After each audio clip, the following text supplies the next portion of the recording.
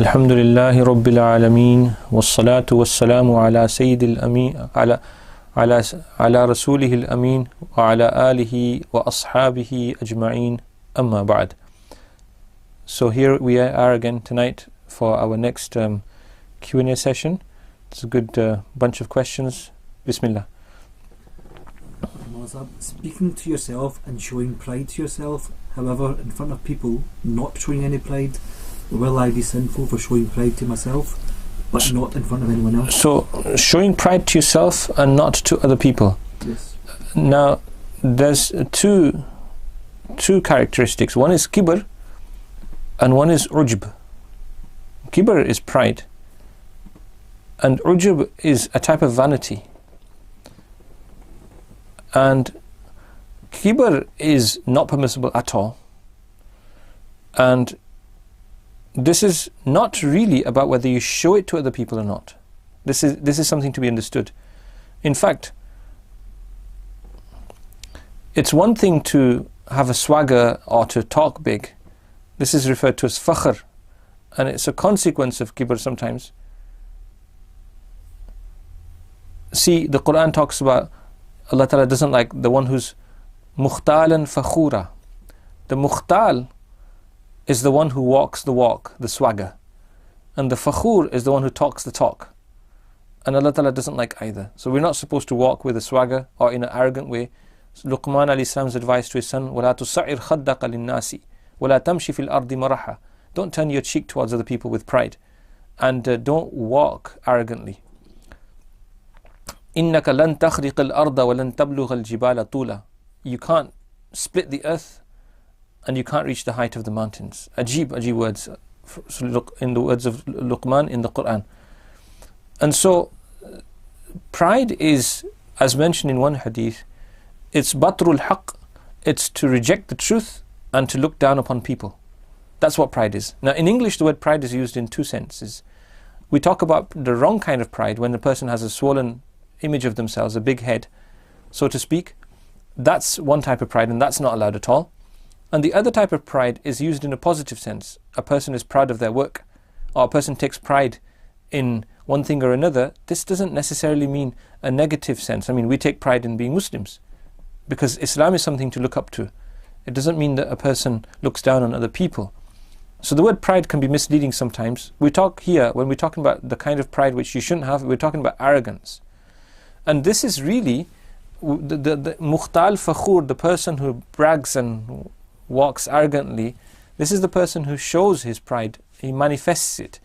But really it's a condition of the heart. And so it's not allowed in the heart either. Allah Ta'ala protect me and you. It's not something we should have in the heart either. It doesn't matter if you don't show it. However, if it's ujub, meaning you look at your own attributes and you think to yourself, it pleases you, then this isn't the same. It's not the same as pride, but this is disrecommended as well. And it also has a harmful consequence. It prevents a person's progress. It's something we ought not to do. If anything, if we see any positive trait inside us, then an appropriate response and reaction is shukr. Hakim Akhtar rahimahullah ta'ala. Hakim Akhtar rahimahullah ta'ala was contacted by a sheikh, a very famous person actually, in his country, and he mentioned, I sometimes get this sensation in my heart. And the sheikh immediately, over the phone, he says to him, he says, look, he says, shukr and kibr can't come together. Pride and arrogance can't come together.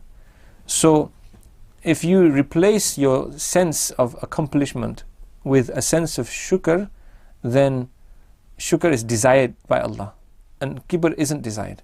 Then it will remove the pride. So this is the thing. If you feel that Allah has blessed you with something, then always think of it as a gift from Allah and not something of your own achievement or accomplishment. And it will protect you from arrogance and pride. And it will protect you from ujub as well. May Allah grant us all tawfiq. Ji. The next question. How do I ask forgiveness for my sins in my dua? Do I have to mention every sin I've committed in the dua? So one should consider oneself to be generally sinful. And in fact, Shaykh Zikr rahimahullah ta'ala, he says that you shouldn't dwell upon individual sins because they create darkness in the heart. And ulama mention that, see, the problem is, if you relive a sin, then it's a type of love for that sin sometimes. So something you've done in the day, and you look back upon it and you think, fondly almost, that's not a positive thing. And there's a danger that you'll be inclined to go back, a relapse. So if your tawbah is to be complete, then you shouldn't relive a sin in your mind either. And of course this has psychological benefits as well as spiritual ones. So generally a person should consider themselves sinful. This doesn't mean though that if you've committed a major sin, a particular sin, that you shouldn't do tawbah for that specifically. So that's also, that should also be done. But because a person can't possibly be aware of every single sin they've done, because oftentimes a sin is done out of recklessness, carelessness, forgetfulness, etc., and a person might not even remember, there should be generic tawbah, but one should also do specific tawbah for specific sins, and Allah knows best. Ji.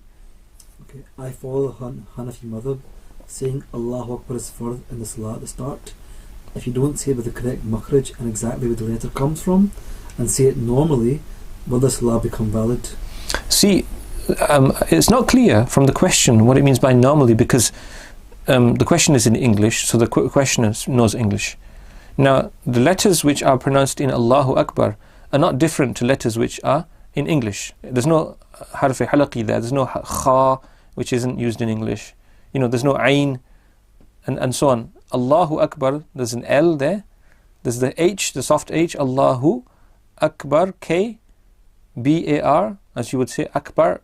So you can't possibly, if you can read English and speak it, you can't possibly say it. So I think what's happening here, our questioner is overly concerned that they might mispronounce the letters.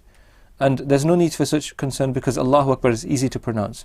If you can pronounce it in English, then you can pronounce it in Arabic, and there's not going to be such a difference that it will invalidate your salah. Sometimes, and this is a common thing we're seeing now, people are overly preoccupied, and I think this reflects a psychological state sometimes. We have to be cautious of that. We mustn't overthink things, because this creates a state of waswasa and of unsurety, and then people can't start their salah. They say Allahu Akbar, Allahu Akbar, Allahu Akbar. They're saying it 3 times over, 5 times over, and the niyyah. We have to be a bit more firm with ourselves and get a grasp and just trust in Allah and do our best. And if we're worried about our takbir, the best thing is go to someone who knows tajweed and recite it before them, and they will make any rectification. Ji. Not saying Allahu Akbar when praying behind the Imaam and you start your salah, will this be accepted? No.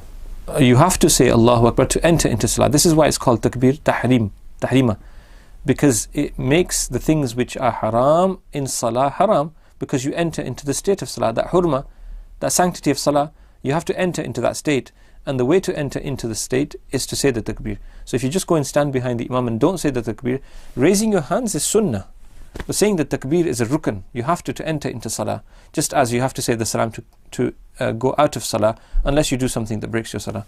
Ji. If you delay your salah to watch football and you pray your salah later, will this be an act of kufr or shirk, or will this just be a minor sin? So delaying your salah to watch football, is it an act of kufr or shirk, or is it just a minor sin? It's neither. It's not shirk, and it's not a minor sin. If you've missed your salah, you've actually missed the time. It's a major sin. It's a serious affair, and we should learn. We should learn from a person who intentionally misses their salah, delays their salah, has reached the door of the major sin, as the narration says. We should learn our lesson from the recent Premier League match in which there was a break so that the players could open their fast. Yes? Meaning that this is the state of British football today. Despite all the odds for Muslims in this country, alhamdulillah, Muslims are here, they're part and parcel and the fabric of mainstream society, and Muslim, and so, I mean, if the players, if the very organizers of football matches can recognize that Muslims need to open their fast, this is because Muslims have been assertive and proud of the fact that they fast. They've taken pride in this. As Muslims, if we would be so particular about our salah too, then this would be taken into consideration as well. And so, no, there's no justification, and this is an exact example, a perfect example of futile things, dunya, preoccupying us from the higher, the most important thing. Now, in the context of salah, be it football or anything else, it is insignificant. It fades into nothing. In this particular context, you compare it to salah, it's not a valid reason whatsoever, nor is playing computer games or socializing a valid reason to miss or delay salah. So this is something which should be taken seriously, and you'll get your highlights later. You can always follow it up later. You don't need to get hung up so much on a particular match. It'll soon be forgotten, and there'll be 10 others to take its place. May Allah grant us tawfiq. Ji. Inna salata kanat ala al-mu'minina kitaban mawquta. The Quran says that salah is an obligation upon the believers at fixed times. Ji. Can ladies sit in the prayer hall while menstruating? See, the prayer hall, depends what you mean. We have what you might call a musalla, and we have what is a masjid. A masjid has very specific rules. A musalla should also be shown respect. A musalla is a prayer room which is not technically a masjid. A masjid is something that has been made waqf for this reason, with that intention. It is not permissible to enter into a masjid in the state of janaba, in the state of major impurity for a male or a female. And this means a person who is in need of fard ghusl, or a person who is menstruating, or they are going through their postnatal bleeding. So it's not permissible to enter into a masjid in this state. And if a person begins menstruating in the masjid, then, or they enter into a state of janaba, such as a male who's in i'tikaf and they wake up needing ghusl, a person in that state ought to leave the masjid immediately. Ji.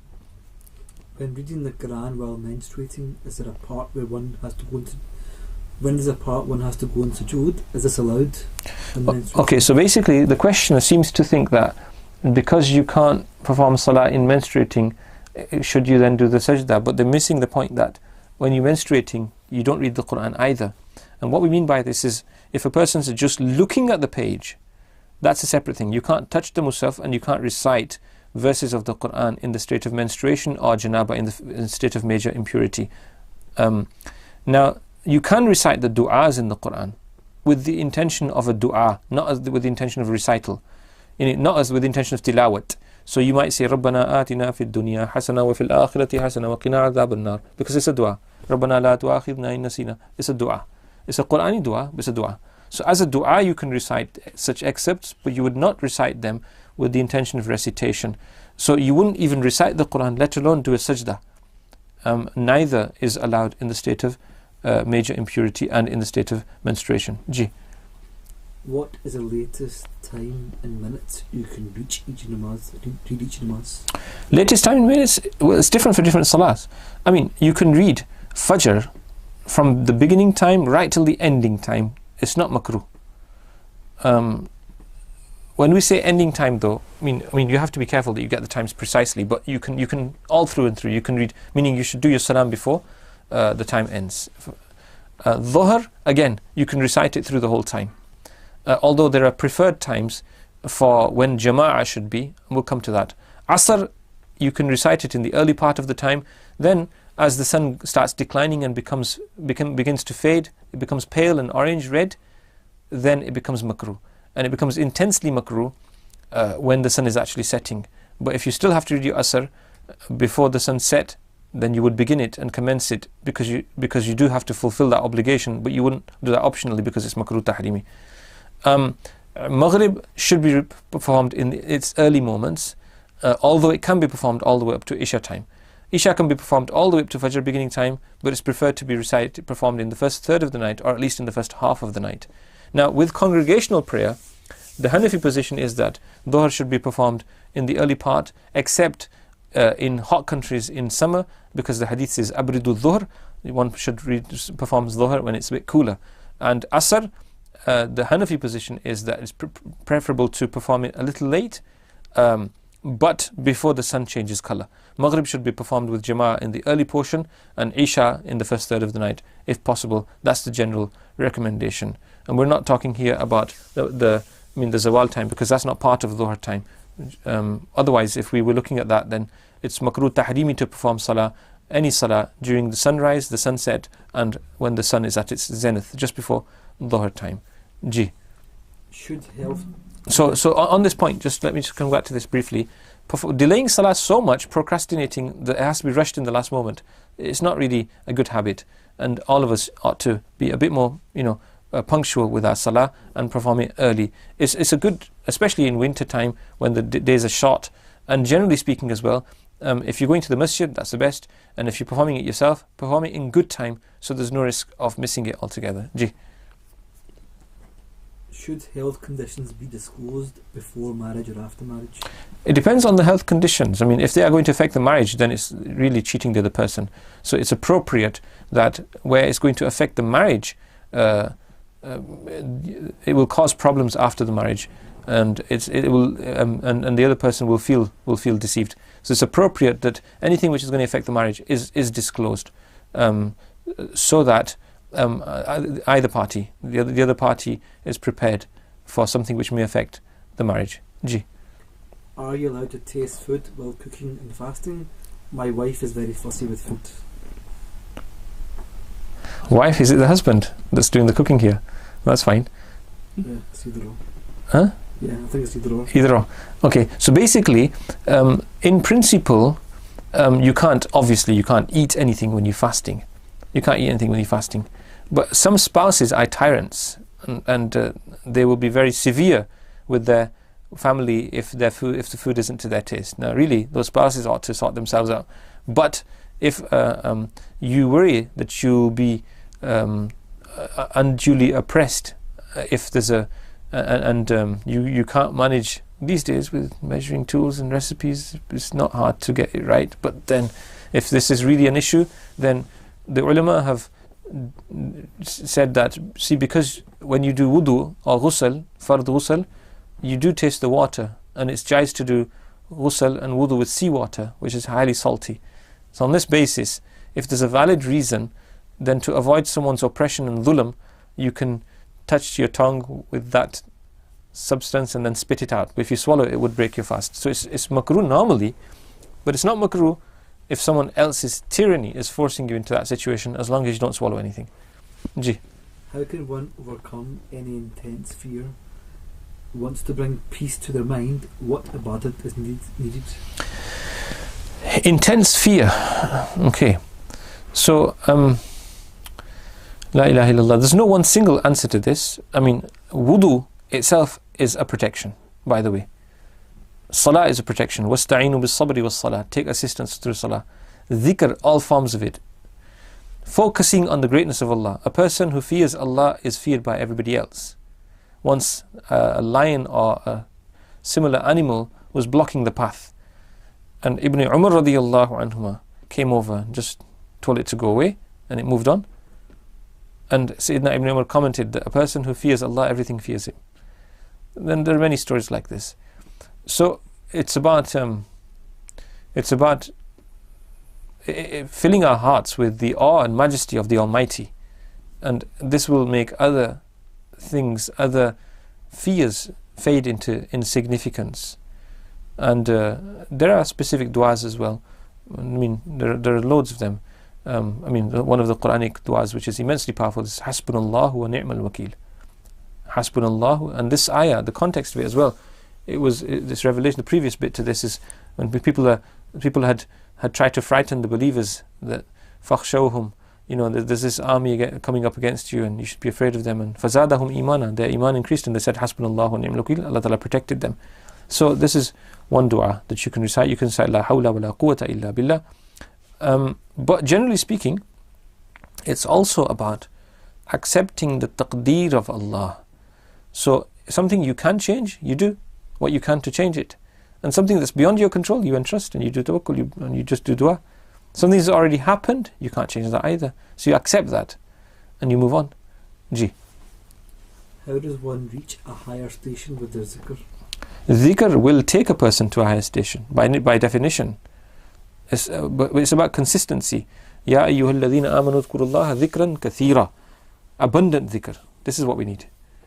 وَسَبِّحُوهُ بُكْرَةً وَأَصِيلًا. Tasbih morning and evening. So dhikr is meant to be abundant.